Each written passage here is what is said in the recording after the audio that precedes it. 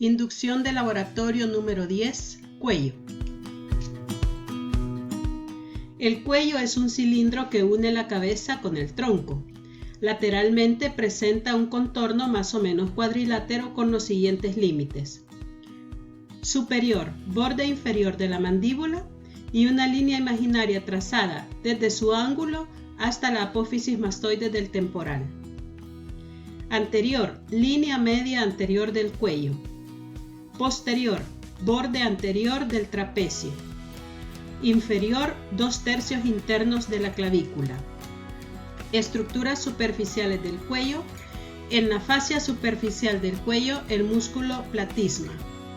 Drenaje venoso superficial. Las siguientes venas: vena yugular externa y vena yugular anterior. Ganglios linfáticos de la cabeza. Occipitales, mastoideos, preauricular y parotídeo, submandibulares y submentonianos. Ganglios linfáticos del cuello, ganglios cervicales profundos, ganglio yugulodigástrico y ganglio yugulo-omoioideo. Fascias cervicales. Tienen características especiales. La fascia superficial contiene al músculo platisma y profunda a esta se encuentra la fascia cervical profunda que se organiza en varias capas. Una lámina superficial que rodea todas las estructuras del cuello, lámina prevertebral que rodea la columna vertebral y los músculos profundos del dorso, lámina pretraquial que encierra las vísceras del cuello y vaina carotídea que recibe una aportación de las láminas anteriores. Triángulos del cuello. El músculo esternocleidomastoideo tiene dos porciones de origen, una external, otra clavicular. Ambas se fusionan, se dirigen hacia arriba y atrás hasta su inserción en la apófisis mastoides del temporal. Debido a su posición, el músculo esternocleidomastoideo divide la superficie cuadrilátera de la parte lateral del cuello en triángulo anterior y triángulo posterior. Triángulo anterior.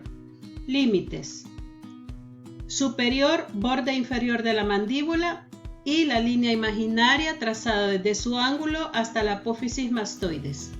Medial, línea media anterior del cuello. Lateral, borde anterior del esternocleidomastoideo. Este triángulo es cruzado por el músculo digástrico y por el vientre superior del omoioideo, lo que lo subdivide en 4 espacios: triángulo submentoniano, triángulo submandibular, triángulo carotídeo y triángulo muscular. Músculos de la región infraioidea, 2 planos. En el plano superficial, músculo omoioideo y músculo esternoioideo. En el plano profundo, músculo esternotiroideo y músculo tiroideo. La vaina carotídea. Recuerden que se forma por las contribuciones de la lámina superficial, la lámina prevertebral y la lámina pretraquial de la fascia cervical profunda.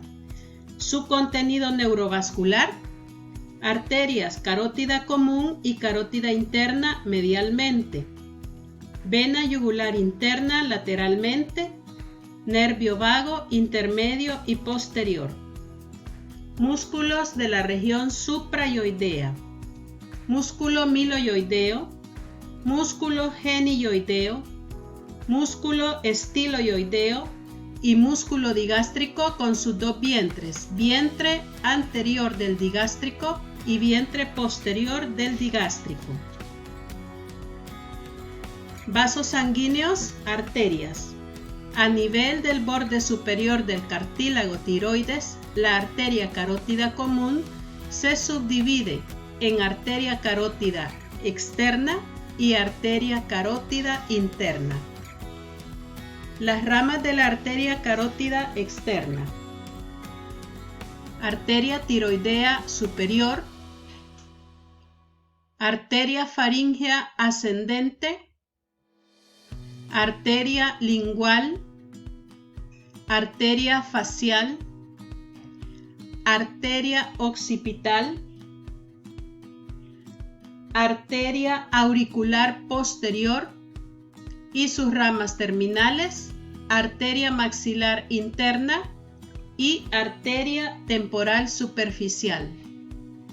Venas que observaremos: vena tiroidea superior, vena lingual, vena facial, que en este caso se han unido en un tronco linguofacial, y finalmente estas venas desembocan en la vena yugular interna. El nervio hipogloso o doceavo par craneal, que inerva los músculos de la lengua. Cadena simpática cervical, ganglio cervical superior, ganglio cervical medio y ganglio cervical inferior, que se une al primer ganglio torácico formando al ganglio estrellado o cérvico torácico. La glándula tiroides, que posee dos lóbulos unidos por un istmo, y en su cara posterior vamos a poder observar a las glándulas paratiroides. Triángulo posterior. Sus límites: anterior, borde posterior del esternocleidomastoideo. Posterior, borde anterior del trapecio. Base, tercio medio de la clavícula.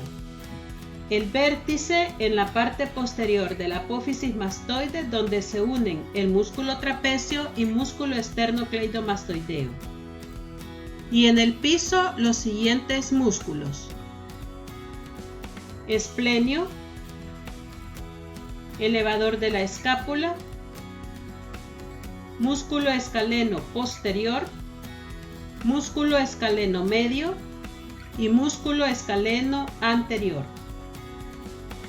El músculo omoioideo posee dos vientres, vientre superior y vientre inferior.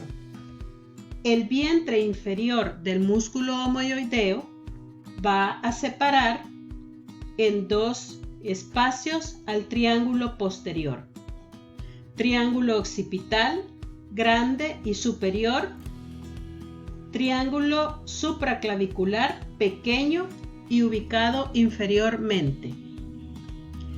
Triángulo occipital, sus límites: borde posterior del músculo esternocleidomastoideo, borde anterior del músculo trapecio y vientre inferior del músculo omoioideo. Dentro de este triángulo, el nervio accesorio, que inerva al trapecio y al esternocleidomastoideo. Plexo cervical, ramas superficiales, nervio occipital menor, nervio auricular magno, nervio cutáneo del cuello y los nervios supraclaviculares. Ramas profundas o musculares del plexo cervical, el asa cervical y el nervio frénico. Y las raíces del plexo braquial, que entran al triángulo posterior del cuello pasando entre los músculos escaleno anterior y medio. Triángulo supraclavicular, límites: borde posterior del esternocleidomastoideo, tercio medio de la clavícula y vientre inferior del omoioideo. Su contenido principal, la arteria y la vena subclavia. Arteria subclavia, vamos a reconocer sus ramas. Primera, arteria vertebral. Siguiente, la arteria torácica interna. Luego, el tronco tirocervical, al cual le vamos a reconocer las siguientes ramas con flechas verdes. arteria tiroidea inferior, la cual también da origen a la arteria cervical ascendente. Siguiendo con las ramas del tronco tirocervical, arteria cervical transversa y arteria supraescapular. Y la siguiente rama de la arteria subclavia, que es el tronco arterial costocervical, que nos va a dar dos ramas con flechas moradas: arteria cervical profunda y arteria intercostal suprema. Bueno, muchas gracias, y cualquier duda pueden subir sus preguntas al foro de consultas del laboratorio número 10.